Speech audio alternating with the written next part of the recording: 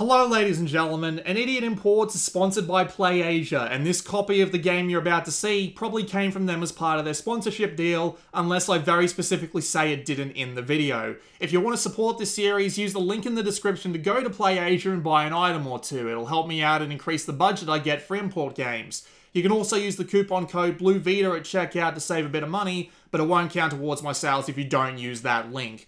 Either way, thanks for your support and enjoy the show. Hello ladies and gentlemen, this is Blue Maxima and I'm here checking out Rabbit Cross Labyrinth puzzle out stories. A couple of games are coming out, I should say, in Japan that made me want to go and get another few digital ones out of the way, digital only ones. Technically you can buy this one physically, but I actually picked it up digitally because I had the opportunity to. And, well, this was the first one I picked to play because a fan requested it. Turns out, bad idea, but nevertheless, let's just go and have a quick look in. So for those of you who aren't aware, and I would be amazed if you were, Rabbit Cross Labyrinth was a series of 3DS puzzle platformers, and they ported it over to the Vita as a compilation of all three, and the weird spin-off that they did called Witch's Cats. I've been playing for about an hour, and I'm gonna tell you now, I absolutely hate these sorts of puzzle games. Absolutely despise them.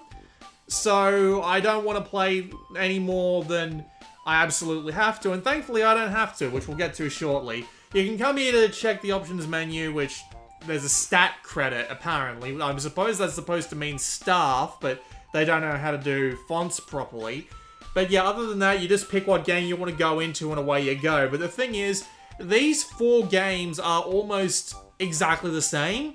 Like, Witch's Cat's pretty different from these three here, but it's still really similar, and you'll understand what I mean as soon as I get into it. But for now, we're just going to pop into the first game, because it's the one I've gone the furthest into, but I'm probably going to have to pop into the other games later on, but it's all pretty much the same. So you can come here to the museum to see the story cutscenes, and as far as I'm aware, there's not really that much of a story at all. This is what the cutscenes look like. I mean, by the third one, they have these weird pre-rendered 3D backgrounds, but I mean, other than that, it's basically nothing as far as I can tell, but the general idea is you are this poor girl, you get thrown into these puzzle platforming situations, you have to get out by any means necessary, including sacrificing your poor bunny people. But yeah, that's a general sample of the cutscene. No, there's no voice acting. Yes, I thought that was a bit weird as well, and I didn't bother trying to translate it because as you saw there, the subtitles were going along pretty quick. By the time I got one of them into Google Translate, two more would have gone by. I didn't want to spend the time replaying that cutscene. You do also have leaderboards on the internet for some reason. I'm not entirely sure why. This game doesn't really seem like something that would benefit from having leaderboards, but as we can see here, this is all overall completion time. You actually get a small counter that tells you how long you've been playing each game for, and it loads into that, obviously, and you can try and fight other people. As you can see, I haven't been doing too well. Total clear time's about 8 minutes. But yeah. So the general idea is that it's just a linear progression of puzzle platforming levels. And what you do is, you just have to go through and beat them one by one, and you've got a couple other things you can do out here in the menu, including turning on an easy mode, but I'm legitimately not sure what this does. I tried this for a couple of stages, and it didn't seem to do anything, so I'm not entirely sure what it is. I went and looked at it in the manual as well, and the only thing that I could get translated properly was something along the lines of, it gives you infinite magic in the Witch's Cats game, but that's about it. So you can press the circle button to hop straight in, but I'm actually going to do the smart thing, and I'm going to hit triangle for the demo play mode. Now, you might think this would be something a little different, like it would, you know, show you like a replay of your previous game, but no, it doesn't actually do that. You want to know what it does? It literally shows you the solution to the puzzle, even if you haven't done it yet. It's kind of silly. I'm not entirely sure why they did it this way, but they did, and I'm taking full advantage of it because I hate playing puzzle platformers like this. But here's the general gist. You're the girl, but you're also the rabbit. You can swap between them. If the girl dies, you have to restart the level. The rabbit may be able to die. It also has a self-destruct function, as you're about to see there. The rabbit can jump higher, you can bounce off the rabbit's head if you're the girl, and you can carry the rabbit on the head if you're the girl, and you use this and a bunch of other little obstacles that show up in the way, along the way, I should say, in order to pass through the levels. Controls are very simple. Circle is your jump button for some reason. I'm not entirely sure what that's about. And the D-pad's your move. Triangle is to swap people. You can press the L button to pause the game and the R button to bring up a text hint, but as far as I can tell, it doesn't really actually help you outside of the first couple of stages where they tell you what a certain control is for doing a certain thing. Other than that, this is basically it. It just introduces new obstacles and new mechanics to deal with as for the rest of the game. At least as far as I can tell, there doesn't seem to be anything else in the manual about it.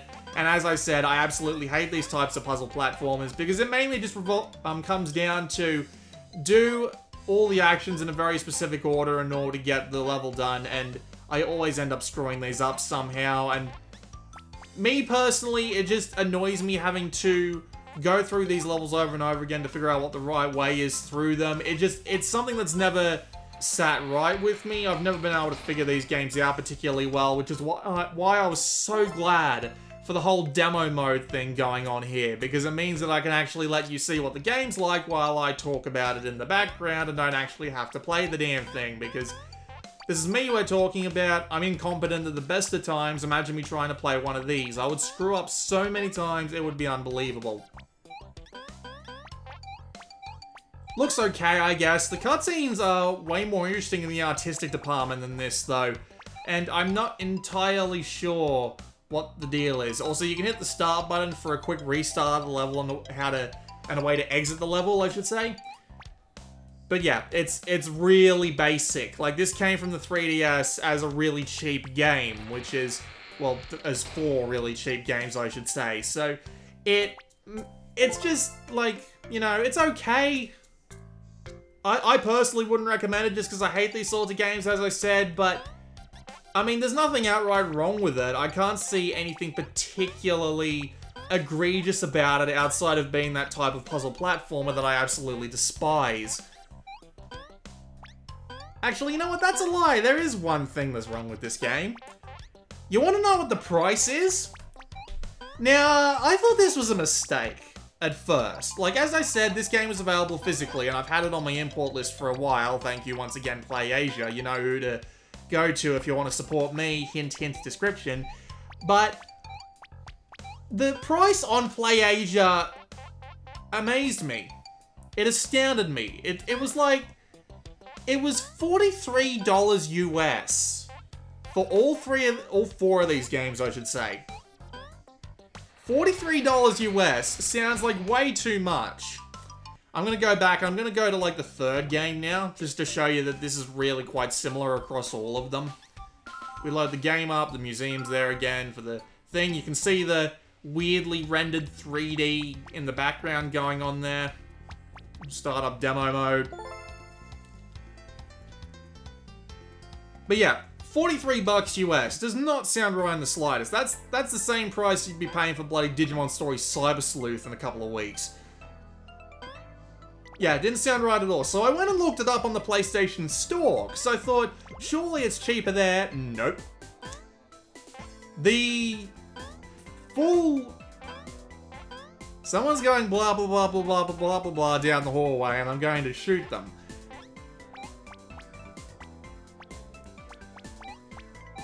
But anyway, as I was saying, the direct conversion of the price I saw on the PlayStation Network was $43 US. Like, seriously, that was cents away from quote-unquote overcharging at PlayAsia. It's unbelievable. I really don't think this is a game you could realistically sell for 43 bucks. That's just kind of beyond belief, honestly. It's like, what the hell? Why are you charging that much for it?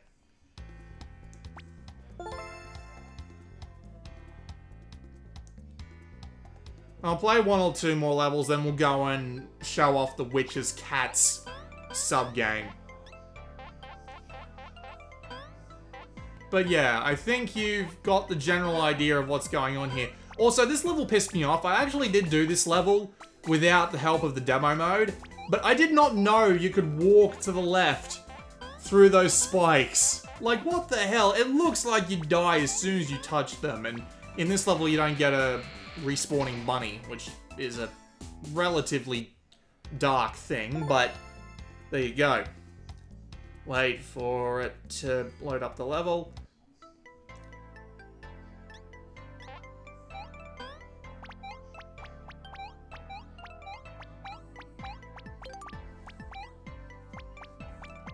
Oh, I get it. You had to go... Yeah. This level kind of annoyed me at first, but no. He has to go through now, and he's the only one who can jump on that block. That makes enough sense to me, I suppose. Yeah, the three main games, they actually send you through the same tutorial like 3 times. So I can imagine someone picking up this compilation and starting to get annoyed that they had to play through a bloody tutorial so many times. But anyway, back to the menu and we can show you which is cats. This is the one I got the least amount of progress into. But wait until you see what one of the levels is. So the general idea with this one is instead of like having the 2 characters you can go with, you have this one lady who has 4 different spells she can use that all do different things in the world. There's a freeze spell that can freeze blocks in space. That lightning spell rearranges blocks for some reason. Don't ask me about that one. I really cannot give you a reason for that. But yeah, pretty simple to understand. You get limited magic up in the top right there. But yeah, I really don't have anything else to show you because A, as I said before, I hate these sorts of games, and B, there's really not that much else to show. It's really that simple. Yeah, she can transform into a cat and jump higher because of it. Yeah. Seems like a bit of a waste of money. Thank God it wasn't my money. I would suggest avoiding this one. We have plenty of good imports coming this year. We don't need to be wasting our money on this one, I think.